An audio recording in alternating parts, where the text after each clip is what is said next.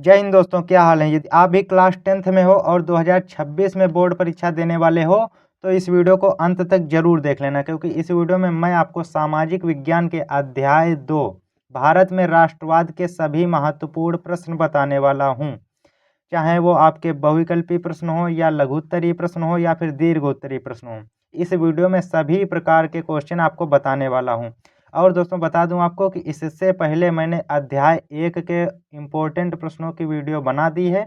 उस वीडियो का लिंक आपको डिस्क्रिप्शन में मिल जाएगा, तो वहां से जाकर के आप देख सकते हो अध्याय 1 को। और आज की इस वीडियो में मैं आपको अध्याय 2 बताने वाला हूं, भारत में राष्ट्रवाद। बहुत ही ज़्यादा वेरी वेरी इंपॉर्टेंट क्वेश्चन आपको इस वीडियो में भी बताने वाला हूं।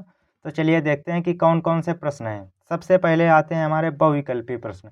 तो बहुविकल्पी प्रश्न देख लेते हैं कौन कौन से हैं। सबसे पहला प्रश्न है यहाँ पर, महात्मा गांधी अफ्रीका से भारत कब लौटे। जो महात्मा गांधी थे वो अफ्रीका से भारत कब लौटे। ऑप्शन ए है यहाँ पर वर्ष 1915 में। ऑप्शन नंबर बी है यहाँ पर वर्ष 1916 में। ऑप्शन सी है वर्ष 1918 में। और ऑप्शन नंबर डी है वर्ष 1920 में। तो महात्मा गांधी अफ्रीका से भारत कब लौटे। तो महात्मा गांधी लौटे थे वर्ष 1915 में। ऑप्शन नंबर ए आपका सही उत्तर हो जाएगा। इसके बाद है प्रश्न नंबर 2। प्रश्न नंबर 2 है यहाँ पर, साइमन कमीशन भारत कब पहुंचा। ऑप्शन ए है वर्ष 1923 में। और ऑप्शन नंबर बी है यहाँ पर वर्ष 1928 में। ऑप्शन सी है वर्ष 1929 में। ऑप्शन डी है वर्ष 1930 में। तो साइमन कमीशन भारत कब पहुंचा। तो साइमन कमीशन भारत पहुंचा था वर्ष 1928 ईस्वी में। ऑप्शन नंबर बी आपका सही उत्तर हो जाएगा। इसके बाद है प्रश्न नंबर 3। भारतीय राष्ट्रीय कांग्रेस ने पूर्ण स्वराज्य प्राप्त करने का लक्ष्य कब घोषित किया। ऑप्शन ए है वर्ष 1920 में। ऑप्शन बी है वर्ष 1929 में।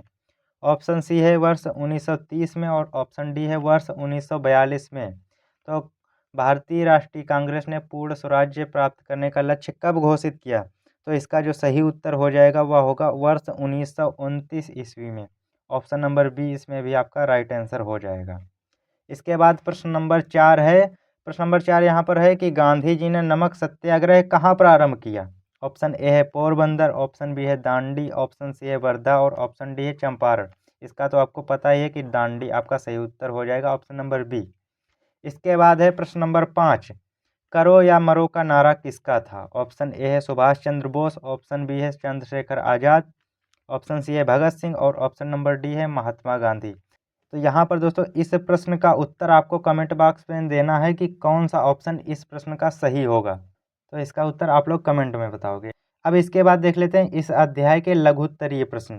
तो यहाँ पर देख सकते हो दोस्तों, सभी महत्वपूर्ण प्रश्न हैं लघुत्तरीय प्रश्न, और ये आपके 4 अंक के पूछे जाते हैं। तो चलिए देखते हैं कौन कौन से प्रश्न हैं। प्रश्न नंबर 1 है, गांधी जी ने असहयोग आंदोलन क्यों स्थगित किया। यानी कि जो गांधी जी थे उन्होंने असहयोग आंदोलन क्यों स्थगित कर दिया। तो इसके उत्तर में लिखना है यहाँ पर कि 5 फरवरी 1922 को उत्तर प्रदेश के गोरखपुर जिले के चौरी चौरा नामक एक छोटे से गांव में असहयोग आंदोलन के दौरान एक जुलूस निकाला जा रहा था। इसका नेतृत्व कर रहे लोगों पर पुलिस के जवानों ने लाठीचार्ज कर दिया, जिससे भीड़ आक्रोशित हो गई तथा उसने पुलिस बल पर हमला कर दिया। पुलिस के जवान अपनी जान बचाने को थाने में छिप गए। प्रदर्शनकारियों ने थाने को घेरकर जला दिया, जिसमें एक थानेदार और 22 पुलिस के जवान जलकर मर गए। इस घटना से गांधी जी अत्यंत दुखी हुए और उन्होंने असहयोग आंदोलन को वापस लेने की घोषणा कर दी। गांधी जी के इस निर्णय की अनेक नेताओं ने आलोचना की, किंतु गांधी जी अपने निर्णय पर अडिग रहे। तो यहाँ तक था दोस्तों आपका यह उत्तर। प्रश्न क्या था कि गांधी जी ने असहयोग आंदोलन को क्यों स्थगित किया, तो उसमें आपको यह उत्तर लिखना है, और यह 4 नंबर का प्रश्न है। इसके बाद दूसरा लघुत्तरीय प्रश्न देखते हैं यहाँ पर। प्रश्न नंबर 2 है यहाँ पर, पूना पैक्ट पर किसके हस्ताक्षर हुए उसकी 2 शर्तें लिखिए। यानी कि जो पूना पैक्ट था उस पर किसके हस्ताक्षर हुए उसकी 2 शर्तें भी लिखिए। तो यहाँ पर उत्तर में लिखना है दोस्तों, पूना पैक्ट पर डॉक्टर BR अम्बेडकर तथा महात्मा गांधी द्वारा पूना की यरवदा जेल में 24 सितंबर 1932 को सहमति बनी थी। इस पर मदन मोहन मालवीय तथा अम्बेडकर ने हस्ताक्षर किए थे। पूना पैक्ट की निम्न शर्तें थीं। यहाँ पर शर्तें क्या हैं वो अब देख लेते हैं। तो सबसे पहले नंबर पर है यहाँ पर, राज्य विधायिका में दलित वर्गों को 147 सीटें प्रदान करना। तो और यहाँ पर दूसरी थी आरक्षित सीटों पर निर्वाचन संयुक्त निर्वाचन मंडल द्वारा किया जाएगा। इसके बाद है यहाँ पर गांधी जी इस पैक्ट से संतुष्ट नहीं थे। गांधी जी दलितों को हिंदुओं से अलग नहीं मानते थे, परंतु अंबेडकर उनके लिए पृथक निर्वाचन की मांग पर अड़े रहे। पंडित मदन मोहन मालवीय के सहयोग से पूना पैक्ट पर आम सहमति बनी थी। इतना दोस्तों इस प्रश्न में आपको लिखना है और यह भी 4 नंबर का प्रश्न था। इसके बाद देखते हैं दीर्घ उत्तरीय प्रश्न।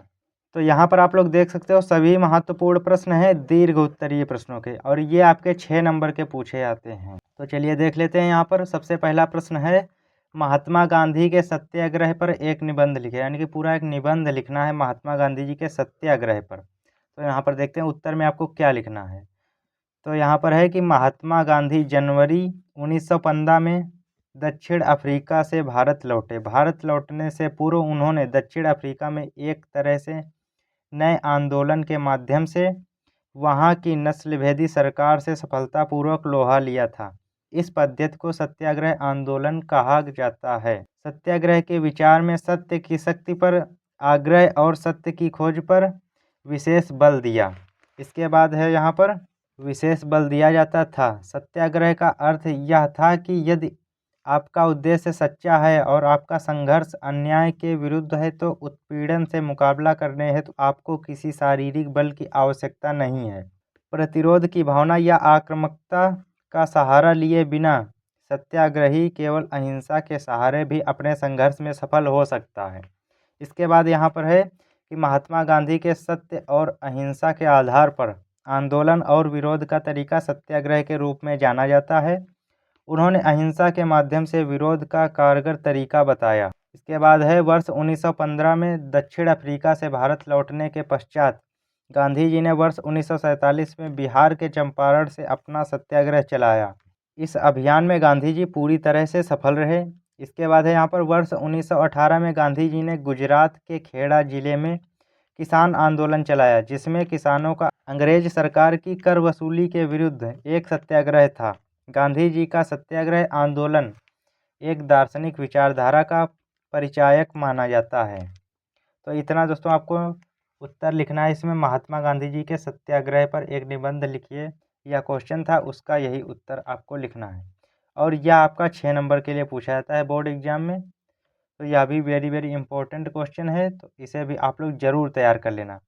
तो इतने ही थे आपके अध्याय 2 में इम्पोर्टेंट क्वेश्चन। इनको ही यदि आप तैयार कर लेते हो तो आपके बोर्ड एग्जाम में पूरे नंबर आएंगे। तो चलिए मिलते हैं आपसे किसी अन्य वीडियो में।